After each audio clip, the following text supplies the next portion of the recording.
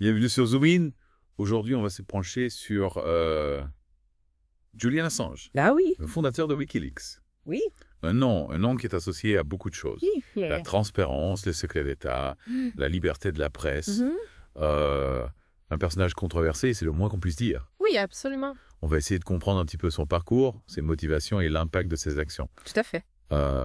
Commençons par le commencement, qui est Julian Assange. Alors, Julian Assange, il est né en Australie en 1961 Ok, et il a eu une enfance assez atypique. d'accord. Il a beaucoup déménagé, a été scolarisé à la maison pendant un moment Ah oui. et a été exposé très tôt à l'activisme et à l'informatique. On imagine que ça a dû contribuer à forger sa personnalité. Absolument. Dès son adolescence, il s'intéresse au hacking. Au hacking. Oui, il forme un groupe de hackers appelé les International Subversives et ensemble, ils ciblent des institutions comme la NASA et le Pentagone. Ah non, il piratait la NASA quand il était ado. Oui, oui. C'est dingue. Mais quel était son but? Est-ce qu'il voulait voler des informations? Faire des dégâts? Non, pas du tout. Ok. Ils avaient un code éthique très strict. Pas question de détruire des données. L'idée, c'était plutôt de révéler les failles de sécurité. De montrer que même les systèmes les plus protégés sont vulnérables. D'accord. C'est déjà une forme de militantisme, une façon de dire « Regardez, on peut accéder à vos informations, vous n'êtes pas aussi puissant que vous le pensez. » Et ça lui a valu des ennuis avec la justice, j'imagine. Oui, il est arrêté en 1991 pour piratage, mais il s'en sort avec une simple amende. Ah bon? Le juge a tenu compte de son jeune âge, de l'absence de dommages causés et de ses remords. Donc une histoire qui nous rappelle qu'Internet et la notion de cybersécurité étaient très différentes à l'époque. Oui, tout à fait. D'ailleurs, c'est dans les années 80 et 90 qu'émerge le mouvement cypherpunk. Est-ce que tu peux nous en dire plus sur ce mouvement? Oui, bien sûr. Le mouvement cypherpunk rassemblait des passionnés de cryptographie convaincus que la vie privée était menacée par la surveillance des gouvernements et des entreprises. Ok. Ils prônaient l'utilisation de la cryptographie comme un outil de résistance pour protéger les communications et garantir la liberté d'expression. Et Assange était impliqué dans ce mouvement. Très impliqués même. D'accord. Il participait à des forums en ligne, échangeait avec les figures emblématiques du mouvement. Et il ne se contentait pas de théoriser, il développait aussi des logiciels de chiffrement. Donc on voit déjà se dessiner les prémices de Wikileaks. Oui. L'idée que l'information doit être libre, accessible à tous, Oui. et que la transparence est un rempart contre les abus de pouvoir. Exactement. Et c'est en 2006 qu'ils fondent Wikileaks, une plateforme qui met en pratique ces idéaux. Oui. C'est une plateforme qui repose sur un système de cryptage très sophistiqué pour garantir l'anonymat des sources et la sécurité des documents. Et quels ont été les premiers faits d'armes de Wikileaks? Quelles informations ont-ils révélées au monde? Au début, Wikileaks publie des documents sur des sujets variés, par exemple des révélations sur la corruption en Somalie, une liste noire d'individus ciblés par des groupes armés, des preuves de malversation financière au Kenya. Donc une variété de sujets, mais toujours avec cette volonté de dénoncer les injustices, Oui, la corruption, les abus de pouvoir. tout à fait. Assange affirmait que Wikileaks avait déjà eu un impact concret. Oui, Il prétendait par exemple que la publication d'un rapport sur la corruption du gouvernement kenyan avait influencé les élections de 2007. oui, c'est ce qu'il affirmait. Mais c'est en 2010 que Wikileaks va vraiment exploser sur la scène internationale. Cette année-là, ils vont publier une série de documents qui vont provoquer un véritable séisme. Absolument. 2010 est une année charnière pour Wikileaks et pour Assange. Oui. C'est l'année où ils vont frapper fort en publiant des documents qui vont secouer les États-Unis et le monde entier. Et tout commence avec la vidéo Collateral Murder. Une vidéo qui a choqué le monde entier. Oui, c'est une vidéo terrible. On y voit des images d'une attaque d'hélicoptères américains en Irak. Ok. Des civils sont tués, dont 2 journalistes. Et ce qui est glaçant, c'est qu'on entend les conversations des soldats dans l'hélicoptère. Exactement, on entend leurs rires, leurs commentaires parfois cyniques, alors qu'ils tirent sur des personnes non armées. On voit un vent arriver pour secourir les blessés, et il est à son tour pris pour cible. Il y avait des enfants à l'intérieur. C'est insoutenable. Oui. On comprend le choc que ça a provoqué. La vidéo a été divulguée par Chelsea Manning, Oui. une analyste militaire américaine qui sera ensuite arrêtée et condamnée à 35 ans de prison. 35 ans. Oui, elle sera graciée par Obama en 2017. Cette vidéo a ouvert un débat sur la conduite des militaires américains, sur les victimes civiles, sur la réalité de la guerre en Irak. Tout à fait, elle a aussi braqué les projecteurs sur les lanceurs d'alerte. Ces personnes qui prennent des risques considérables pour révéler des informations d'intérêt public. Et ce n'était que le début. En juillet 2010, Wikileaks publie les Afghanistan War Logs. De quoi s'agit-il exactement? Ce sont plus de 75 000 rapports militaires classifiés qui donnent un aperçu brutal de la guerre en Afghanistan. Ok.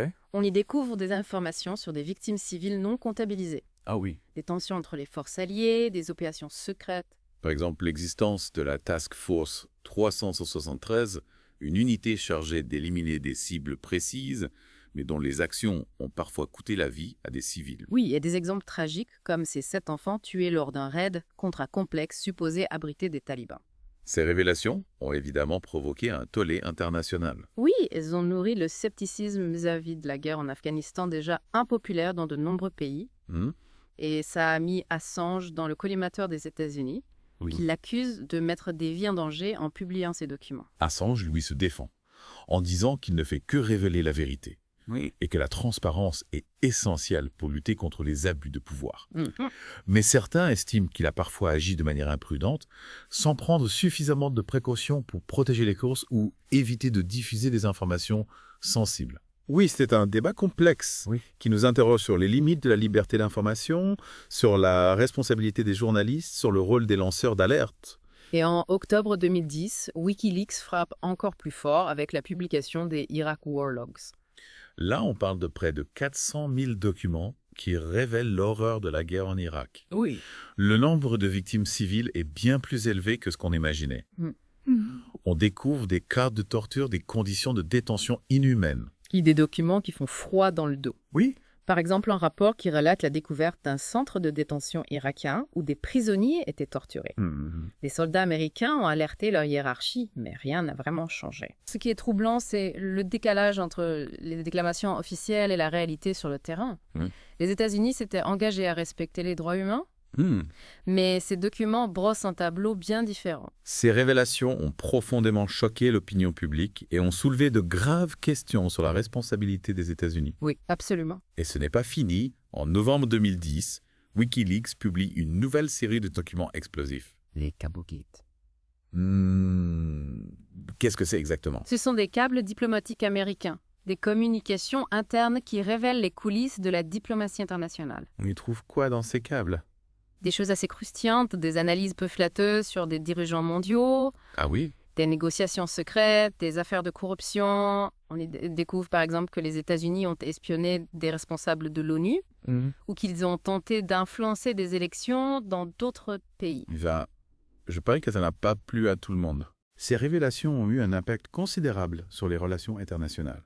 Oui. Des gouvernements se sont retrouvés dans l'embarras, des alliances ont été mises à mal. Tout à fait. Assange est alors devenu une sorte de superstar, un héros pour certains, un traître pour d'autres. Il s'est retrouvé au cœur d'une tempête médiatique et politique. Oui. Mais il faut dire qu'Assange ne faisait pas l'unanimité, même parmi ceux qui soutenaient son combat pour la transparence. C'est vrai. Ah bon, pourquoi?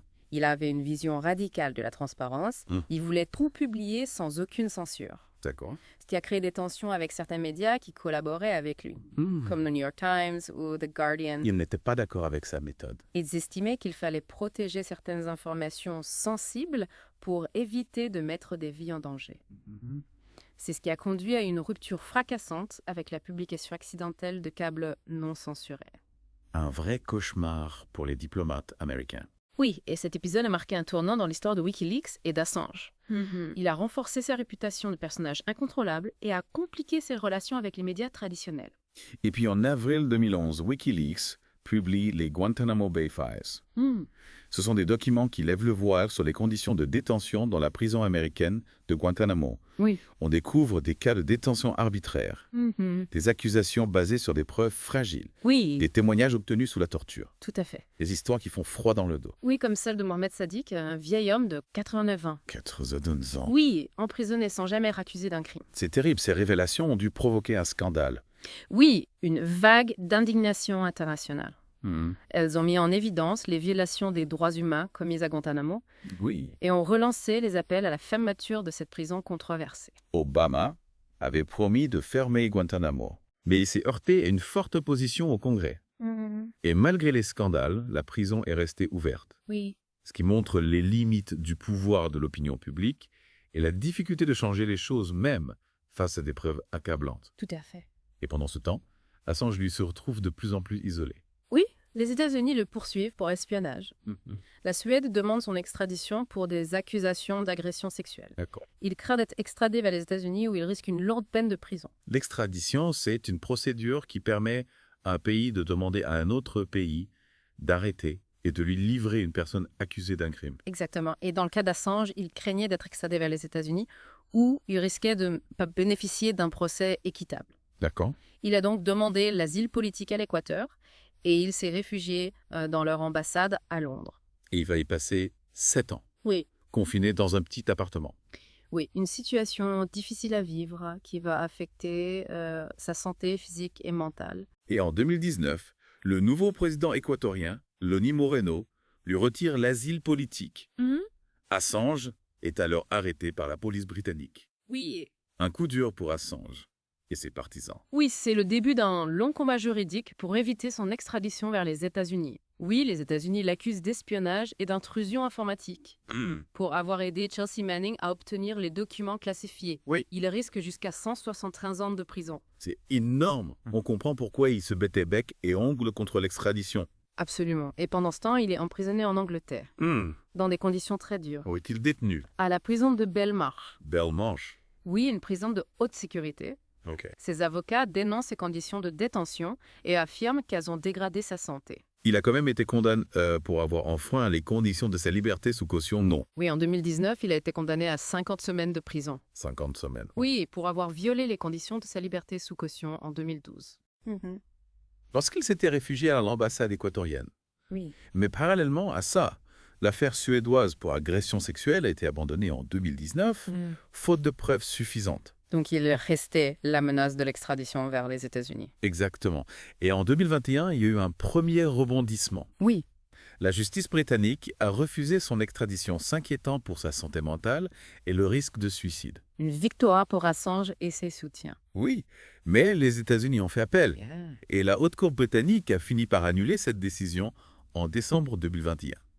Le feuilleton judiciaire continuait, donc il y avait beaucoup de mobilisation pour sa libération. Non. Oui, des organisations de défense des droits humains, des personnalités politiques, notamment en Australie, Oui. se sont mobilisés pour sa libération. Le gouvernement australien, sans soutenir ouvertement Assange, D'accord. a appelé à une résolution rapide de l'affaire. J'imagine qu'il voulait éviter une crise diplomatique avec les États-Unis. Probablement. Et finalement, en juin 2024, un accord a été trouvé. Assange a plaidé coupable d'un chef d'accusation pour obtention et divulgation illégale d'informations. Il a été condamné à 5 ans de prison, mais comme il avait déjà passé plus de 4 ans en détention préventive, il a été immédiatement libéré. Un soulagement pour lui après toutes ces années de bataille juridique et d'enfermement. Oui, il a pu retourner en Australie et retrouver une vie plus normale.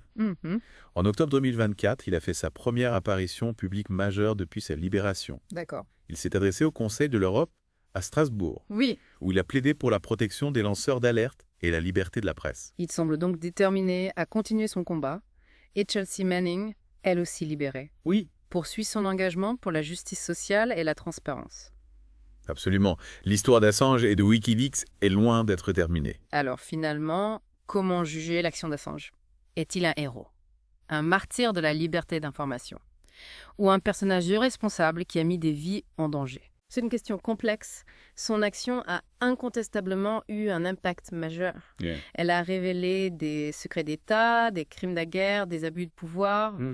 Elle a contribué à alimenter le débat public sur la transparence, la surveillance, le rôle des lanceurs d'alerte. Mais elle a aussi suscité de vives critiques. Oui, certains l'accusent d'avoir agi par vengeance, d'avoir une soif de pouvoir, de s'être allié avec des puissances hostiles aux États-Unis. Difficile de trancher. Assange est un personnage complexe, charismatique, mais aussi manipulateur. Oui.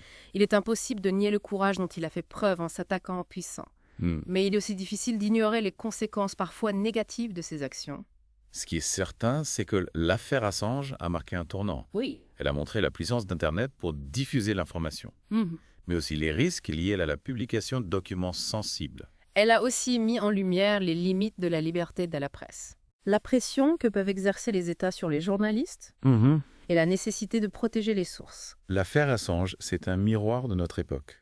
tout à fait. Une époque où l'information circule à toute vitesse, où les secrets sont de plus en plus difficiles à garder, où la ligne entre héros et traître est parfois floue.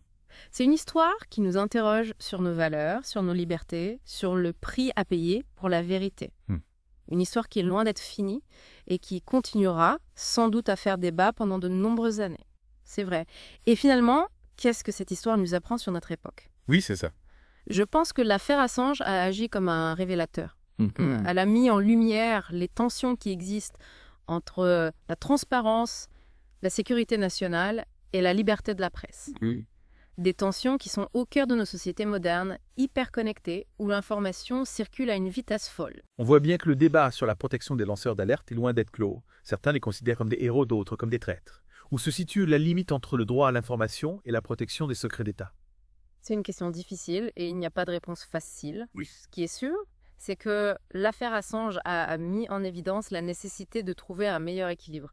D'un côté, il faut protéger les sources d'information et permettre aux lanceurs d'alerte de révéler des abus sans craindre des représailles. De l'autre côté, il faut aussi prendre en compte les impératifs de sécurité nationale et éviter de mettre des vies en danger. On a l'impression que l'affaire Assange a ouvert une boîte de Pandore. Elle a montré qu'il était possible de défier les puissants, de révéler des secrets d'État au monde entier. Oui. Mais elle a aussi révélé les dangers d'une transparence absolue sans aucun garde-fou. Exactement. Il est important de se rappeler que la liberté d'information n'est pas un droit absolu. Elle doit s'exercer de manière responsable en tenant compte des conséquences potentielles.